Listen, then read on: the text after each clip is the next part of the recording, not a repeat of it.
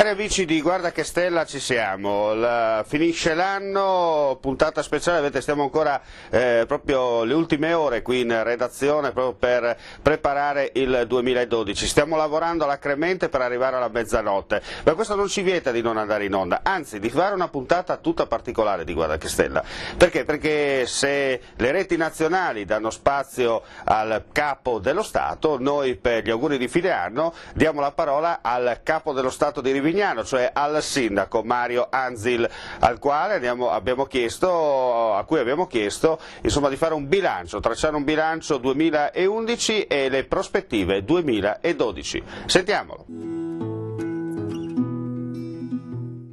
È stato un anno molto intenso, pieno di attività, pieno di cantieri, quindi un anno anche ricco di soddisfazioni. Quest'anno infatti abbiamo potuto raccogliere quello che negli anni precedenti avevamo seminato e quindi il Paese è stato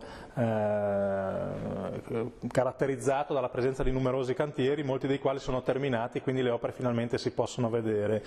Ce n'è talmente tanti che possono essere elencati, credo, in maniera molto sintetica solo per nome, e cioè sono i 30 ettari di boschi che abbiamo piantato, di nuovi boschi che abbiamo piantato grazie a un finanziamento della Comunità Europea. Proprio in questi giorni stanno per essere piantati circa 50.000 alberi e verranno realizzati 30 ettari attraversati da piste ciclabili e pedonali. E poi abbiamo realizzato un nuovo vivaio proprio per la produzione di questi alberi, sempre grazie al contributo della Comunità Europea. Inoltre è stata realizzata una nuova struttura collettiva nel Parco Festeggiamenti di Aris e ancora con contributi regionali è stato appena ultimato, fra pochi giorni verrà inaugurato, la nuova scuola materna, l'asilo di Rivignano, completamente ristrutturato.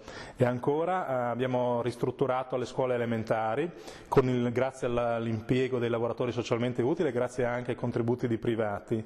E ancora la costruzione di nuovi loculi nel cimitero di Rivignano, sempre terminati nel 2011, e poi le manutenzioni straordinarie della palestra, quella delle elementari di via Manzoni e quella delle medie di via Ungaretti, e la manutenzione straordinaria e il rifacimento anche del tetto del bocciodromo. E poi ancora grazie ai contributi del CONI abbiamo rifatto gli spogliatoi per i campi da tennis e i bagni per il bocciodromo, e sempre grazie al contributo del CONI abbiamo realizzato una nuova pista di BMX e anche un nuovo campo di calcetto a Flambruzzo, nella frazione di Flambruzzo, e inoltre grazie ai contributi della Regione abbiamo potuto acquistare le nuove autovetture per la Polizia Municipale e realizzare una rete di telesorveglianza per la sicurezza dei cittadini. Senta, mi permetta, in tempi in cui la crisi attanaglia un po' tutti, pubblico e privato compreso, qual è stato il segreto, la ricetta particolare per ottenere tutti questi finanziamenti? Oltre a essere bravi a lavorare, qual è il trucco? Ma non so, adesso è difficile dare una risposta. In effetti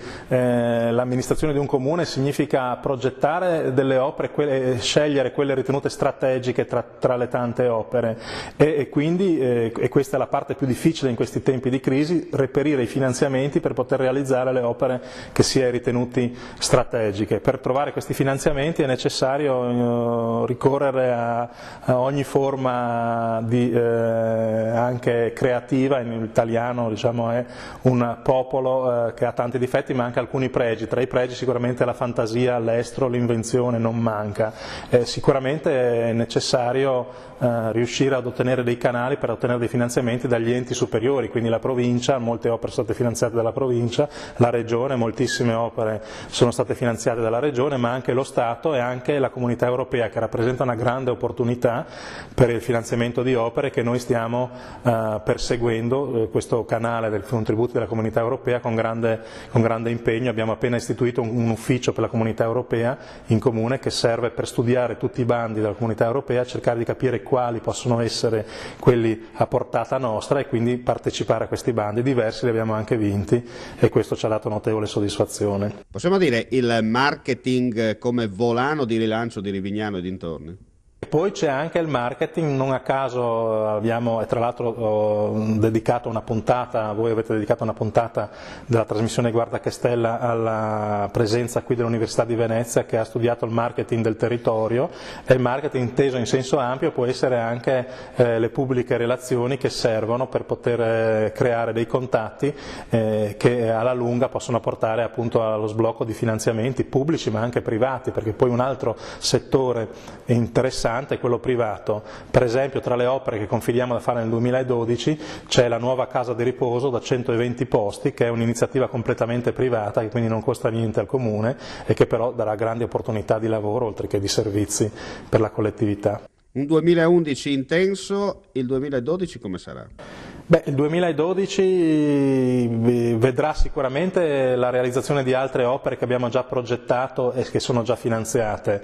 Penso per esempio alla rotatoria che realizzeremo in un punto strategico del paese, dove attualmente c'è l'intersezione semaforica.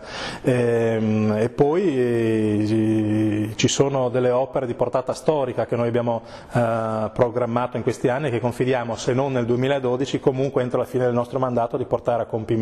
Una, l'abbiamo già detto, è la casa di riposo, che poi tra l'altro è un'iniziativa privata.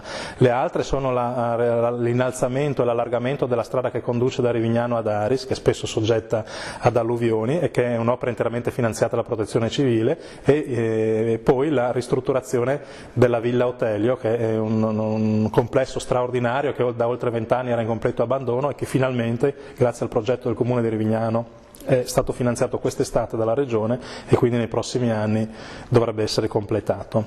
Insomma, tanta carne al fuoco, quello che conta è che dalla teoria si passa immediatamente alla pratica.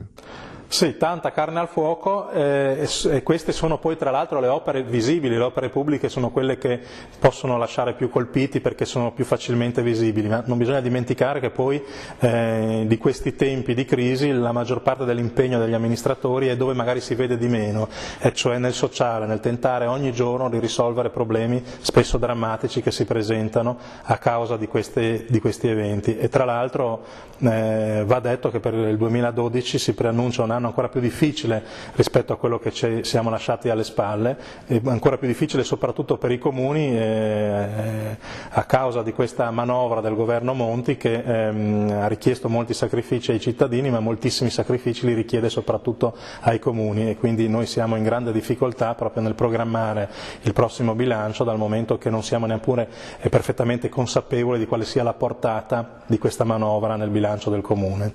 Signor Sindaco, non resta che dire auguri.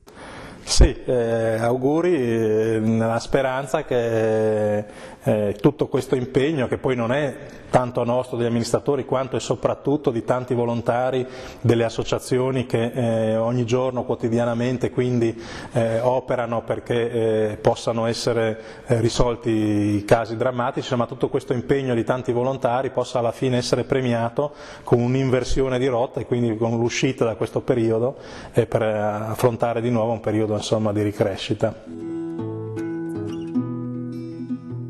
La 12ª puntata di Guarda che Stella, puntata dedicata al Capodanno rivignanese, per fare un po', come abbiamo detto, il punto della situazione del 2011 termina qui. Per quanto mi riguarda, da parte mia e da parte di tutti i collaboratori di Guarda che Stella, non resta che augurare a tutti voi un felice 2012. Noi ci rivediamo il giorno 7 gennaio con la puntata dedicata alle Fogueres. Arrivederci.